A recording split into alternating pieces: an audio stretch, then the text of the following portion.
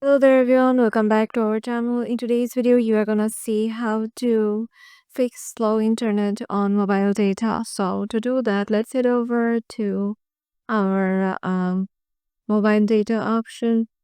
So once in there, just if you see there your mobile data is not working, then head over to the top part of your phone and then here turn on and off your airplane mode. Trying this may solve your problem, and if it persists, then you can visit the APN settings.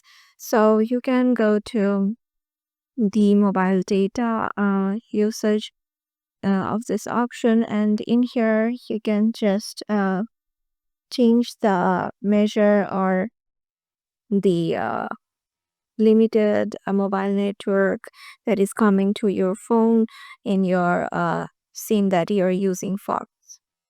So these are the two ways you can try, and after that you can just test the speed.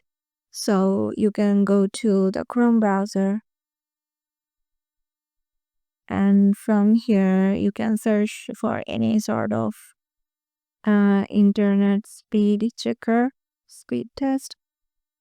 You can search for any one of them, then just check your internet speed in here. So yeah, this is how you can do it. Hope this video will help you out, and we'll see you in the next video.